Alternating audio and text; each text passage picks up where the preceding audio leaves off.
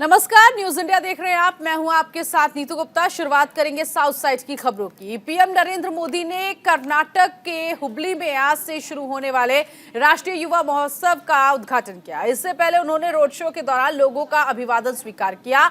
युवा महोत्सव के उद्घाटन के बाद पीएम नरेंद्र मोदी ने स्वामी विवेकानंद के बारे में बताया। पीएम मोदी ने कहा, उठो जागो और लक्ष्य से पहले मत रुको। विवेकानंद जी का ये उद्घोष भारत के युवाओं का जीवन मंत्र है। इसके साथ ही उन्होंने कहा, स्वामी विवेकानंद ने अपने जीवन काल में कर्नाटक की बहुत यात्राएं की। इतना ही नहीं, पीएम मोदी ने आगे कहा, आज अमृत काल में हमें अपने कर्तव्यों पर बल देते हुए और समझते हुए देश को आगे बढ़ाना है। मैं इस अवसर पर उन्हें नमन करता हूं।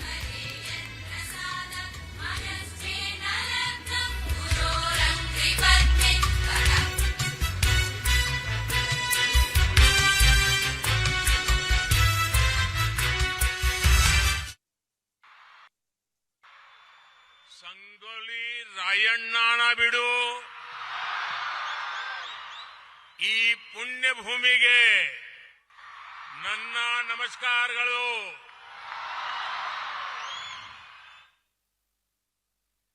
कर्नाटका का ये क्षेत्र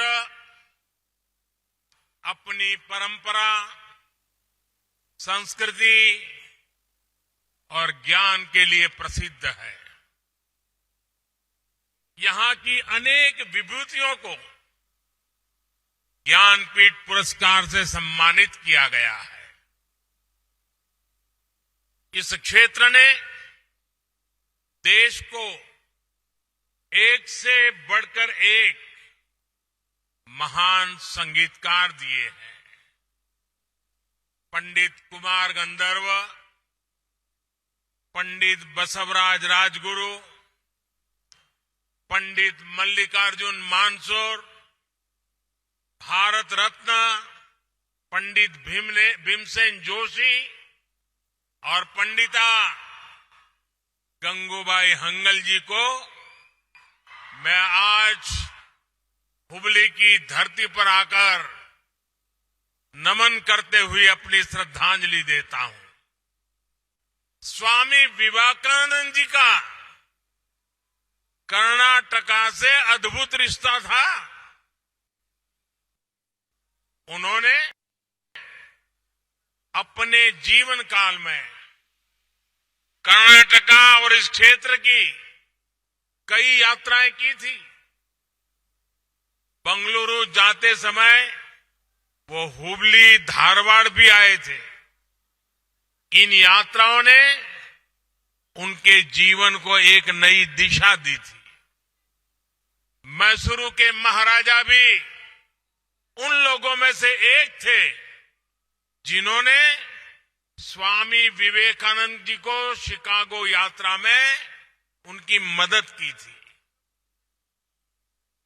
स्वामी जी का भारत भ्रमण इस बात का भी प्रमाण है कि कितनी ही सदियों से हमारी चेतना एक थी। एक राष्ट्र के रूप में हमारी आत्मा एक थी। वहीं कर्नाटक के हुबली में पीएम नरेंद्र मोदी के रोड शो के दौरान एक शख्स उनके काफी करीब आ गया। हालांकि उस शख्स के करीब आने से सुरक्षा एजेंसियां सक्रिय हो गई, जिसके बाद पुलिस कमिश्नर ने कहा, पीएम की सुरक्षा में कोई चूक नहीं हुई है। बता दें, इस घटना का एक वीडियो भी सामने आया है। इस वीडियो में साफ देखा जा सकता है जब पीएम की गाड़ी के बाहर खड़े होकर लोगों का अभिवादन स्वीकार कर रहे थे पीएम, तभी एक शख्स तेजी से उनकी ओर बढ़ता है। उसके बाद हाथ में माला होती है उसके पास, लेकिन वहां मौजूद सुरक्षाकर्मी उसे तुरंत वहां से हटा देते हैं। अभी के लिए पुलिस ने साफ कर दिया है कि पीएम मोदी की सुरक्षा में किसी भी तरह की कोई चूक नहीं हुई है। इसे सुरक्षा में सेंधमारी के तौर पर नहीं देखा जा सकता।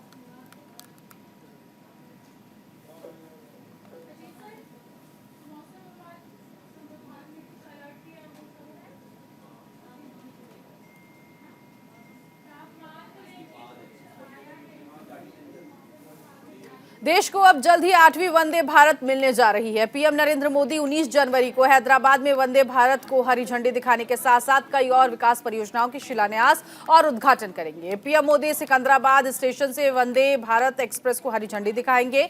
बता दें, अब तक देश के 7 रूट्स पर वंदे भारत एक्सप्रेस दौड़ रही है। इतना ही नहीं, पीएम नरेंद्र मोदी हैदराबाद की अपनी यात्रा के दौरान दक्षिण मध्य रेलवे से संबंधित 2400 करोड़ रुपए के विकास कार्यों का लॉन्च भी करेंगे। इसके तहत 700 करोड़ रुपए की लागत से सिकंदराबाद रेलवे स्टेशन भी शामिल है। हैदराबाद दौरे के दौरान पीएम नरेंद्र मोदी सिकंदराबाद के परेड मैदान में समर्थकों की एक विशाल रैली को संबोधित करने वाले हैं। गौरतलब है कि वंदे भारत ट्रेन अत्याधुनिक सुविधाओं से लैस है। इसमें जीपीएस, सीसीटीवी कैमरे, bio toilet, automatic sliding door और इसके अलावा कई तरह की सुविधाएं भी हैं।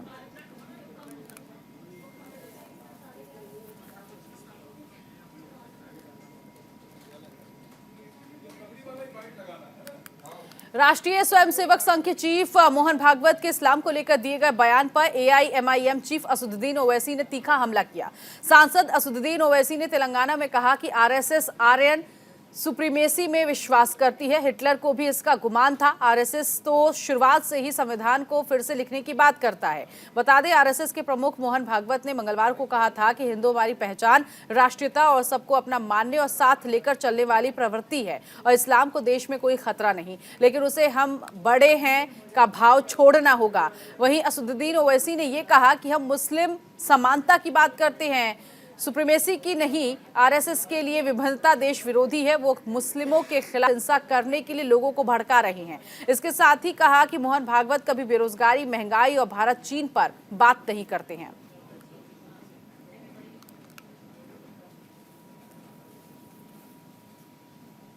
ये होते कौन है भाई? मैं अपनी रिलीजन पर चलूंगा और हर कोई अपने अपने रिलीजन चलेगा। आप कौन होते? और आप बोल रहे हैं कि सुप्रीमेसी की बात हम कहां करते हैं? हम तो हमेशा इक्वालिटी की बात करते हैं, इक्वल राइट्स की बात करते आए हैं। वो अपनी आइडियोलॉजी को सबसे सुप्रीम समझते हैं।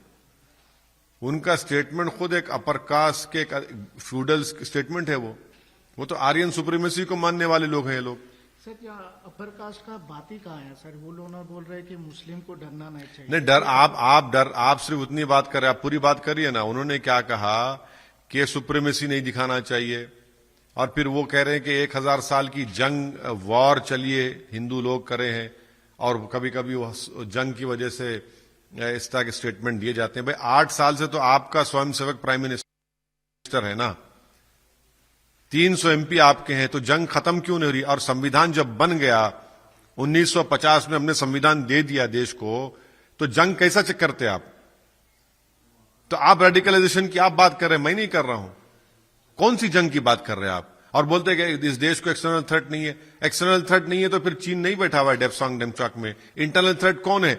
ये स्टेटमेंट मोहन भागवत साहब का वो रिटीरेट कर रहे हैं जो गोलवालकर ने बंच ऑफ थॉट्स में और वी आर नेशन डिफाइंड में कहा था कि इस देश के लिए अंदरूनी खतरा मुसलमान और क्रिश्चियनिटी। वही उस बकवास को वो दोहरा रहे हैं। आरएसएस का जो ओथ है, उनका जो मेंबर को ओथ लेना पड़ता, क्या वो संविधान के बराबर है? संविधान के मुताबिक नहीं है। वो ओथ में ये ओथ लेते हैं कि हम एक धर्म और एक आइडियोलॉजी के लिए ही काम करेंगे, प्रमोशन के लिए। क्या वो संविधान के खिलाफ नहीं जाता? वो क्या हम नहीं जानते कि बंच ऑफ थॉट्स में, वी आर नेशन डिफाइंड में पंडित दीनदयाल उपाध्याय ने अपनी किताब में क्या लिखा?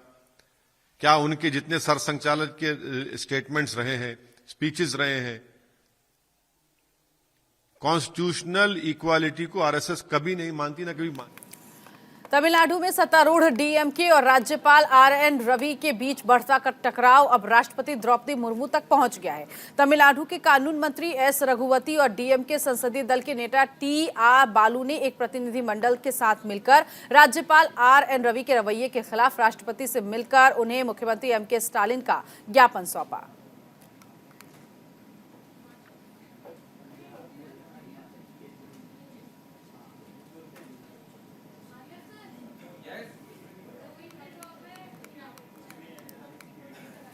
डीएमके सरकार और स्पीकर अप्पावू के खिलाफ विरोध जताने के लिए एआईडीएमके विधायक काली शर्ट में तमिलनाडु विधानसभा पहुंचे।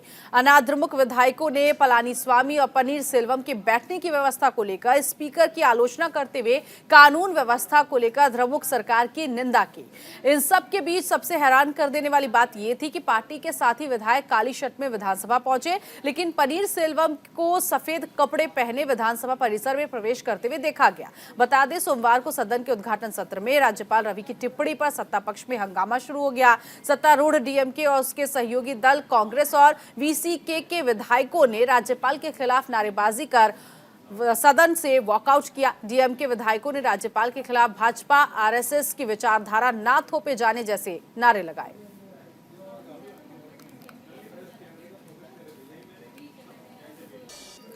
ब्रेक के बाद आगे बढ़ेंगे। आंध्र प्रदेश के अमरावती से खबर मिल रही है, जहां मुख्यमंत्री वाईएस जगनमोहन रेड्डी ने महिला एवं बाल कल्याण विभाग के अधिकारियों के साथ समीक्षा बैठक की। इस दौरान मुख्यमंत्री ने अधिकारियों को निर्देश दिया कि वो बच्चों को दूध और अंडे की आपूर्ति की गुणवत्ता सुनिश्चित करने के लिए लगातार निगरानी बनाए रखे। इसके साथ ही सीएम जगनमोहन रेड्डी ने कहा कि खाद्य पदार्थों का एक आसान और परेशानी मुक्त वितरण सुनिश्चित करने के लिए प्रौद्योगिकी का उपयोग करते हुए एसओपी तैयार करें। इतना ही नहीं, सीएम ने पर्यवेक्षकों के कामकाज पर भी लगातार नजर रखने की बात कही और दूध और अंडा वितरण में गड़बड़ी करने वाले स्टाफ सदस्यों के खिलाफ सख्त कार्रवाई के निर्देश दिए। साथ ही साथ सीएम ने सुझाव दिया कि मौजूदा 63 सीडीपीओ पदों को जल्द से जल्द भरने में तेजी लाई जाए। वहीं सीएम ने अधिकारियों को आंगनबाड़ियों में बच्चों को अच्छी शिक्षा देने के लिए स्मार्ट टीवी का उपयोग करके शिक्षण विधियों को शुरू करने के लिए प्रस्ताव तैयार करने को कहा। उन्होंने आगे कहा, आंगनबाड़ियों, चिकित्सा एवं स्वास्थ्य विभाग और ग्राम क्लिनिकों को मिलकर काम करना चाहिए ताकि एनीमिया की समस्या से पीड़ित सभी माताओं और बच्चों को पौष्टिक भोजन सुनिश्चित किया जा सके। कांग्रेस पार्टी ने 2023 के कर्नाटक विधानसभा चुनाव के लिए अपने चुनाव अभियान की शुरुआत कर दी है। पार्टी के प्रदेश अध्यक्ष डीके शिवकुमार और पूर्व मुख्यमंत्री सिद्धारमैया ने बेलगावी से पार्टी की पीपुल्स वॉइस यात्रा की शुरुआत की। बता दें, इस यात्रा का मकसद लोगों को पार्टी से जोड़कर आगामी कर्नाटक विधानसभा चुनाव में कांग्रेस पार्टी को जिताने की अपील करना है। वहीं से पहले पूर्व मुख्यमंत्री और कांग्रेस के वरिष्ठ नेता सिद्धारमैया ने ऐलान कर दिया था कि वो आने वाले विधानसभा चुनाव में कोलार निर्वाचन क्षेत्र से चुनाव लड़ेंगे। आपको बता दें, यात्रा के दौरान लोगों का अनावरण करते हुए कर्नाटक कांग्रेस प्रमुख डीके शिवकुमार ने बीजेपी के खिलाफ तीखा हमला किया। उन्होंने कहा, जब से बीजेपी सत्ता में आई है, राज्य में लूट मची है, कर्नाटक का विकास रुक गया है। उन्होंने आरोप लगाया कि बीजेपी ने सिर्फ सांप्रदायिक राजनीति और राज्य को पंगु बनाने वाली नीतियों पर ध्यान केंद्रित किया। सिद्धारमैया ने आगे कहा, विधानसभा चुनाव से पहले ये यात्रा राज्य के सभी 224 निर्वाचन क्षेत्रों से होकर गुजरेगी। इसके साथ ही उन्होंने बताया, हमने बीजेपी के खिलाफ चार्जशीट भी जारी कर दी है।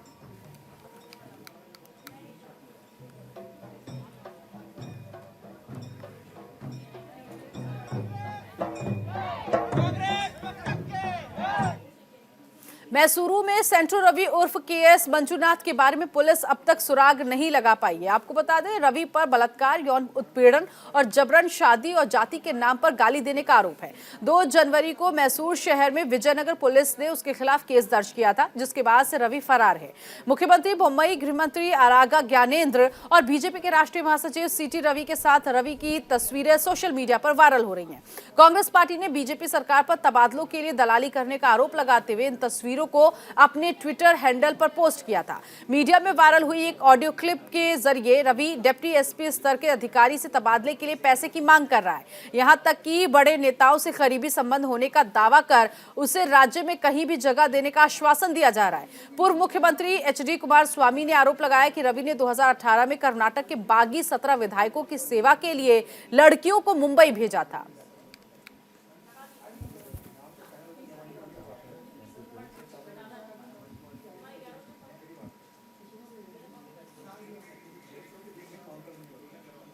केरल के मुन्नार में शीतलहर का कहर जारी है। आज सुबह मुन्नार में -1 डिग्री तापमान दर्ज किया गया। आमतौर पर दिसंबर के महीने में ही मुन्नार में इतना तापमान गिर जाता है, लेकिन इस साल मुन्नार में ये देर रात हुआ। हालांकि ठंड और बर्फ का मजा लेने के लिए काफी पर्यटक मुन्नार पहुंच रहे हैं। आपको बता दें, जनवरी में तापमान का इतना गिरना जलवायु परिवर्तन के प्रभावों के सबसे मजबूत संकेतों में से एक माना जा रहा है। गौरतलब है कि मुन्नार एक हिल स्टेशन है जिसको दक्षिण का कश्मीर कहा जाता है। मुन्नार में आमतौर पर नवंबर, दिसंबर और जनवरी के महीनों में सर्दियां और कभी-कभी बर्फबारी देखी जाती है। इसके बाद फरवरी में पारा धीरे धीरे ऊपर चढ़ने लगता है।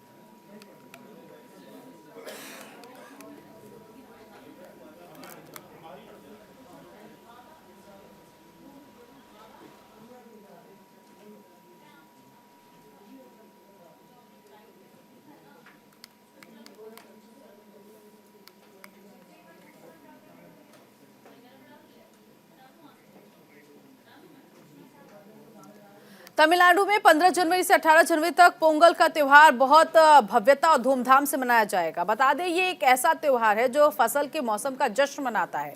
स्थानीय लोगों के लिए साल की सबसे महत्वपूर्ण घटनाओं में से एक है। इस दौरान लोग अपने घरों को सजाने से लेकर नए कपड़े खरीदने और उत्सव के व्यंजन बनाते हैं। यही नहीं, पुडुचेरी के कोसाकदाई रोड पर भी पोंगल के अवसर पर मिट्टी के बर्तनों की बिक्री बढ़ जाती है। बिक्री के लिए 1000 से ज्यादा मिट्टी के बर्तनों के प्रकार बनाए गए हैं। रंग बिरंगे ढंग से उन्हें सजाया जाता है। विक्रेताओं का कहना है कि 2 साल से कोरोना की वजह से बिक्री में हालांकि कमी थी, लेकिन इस साल 1000 से ज्यादा गमले कई रंगों में सजाए गए और जनता उन्हें खरीद रही है।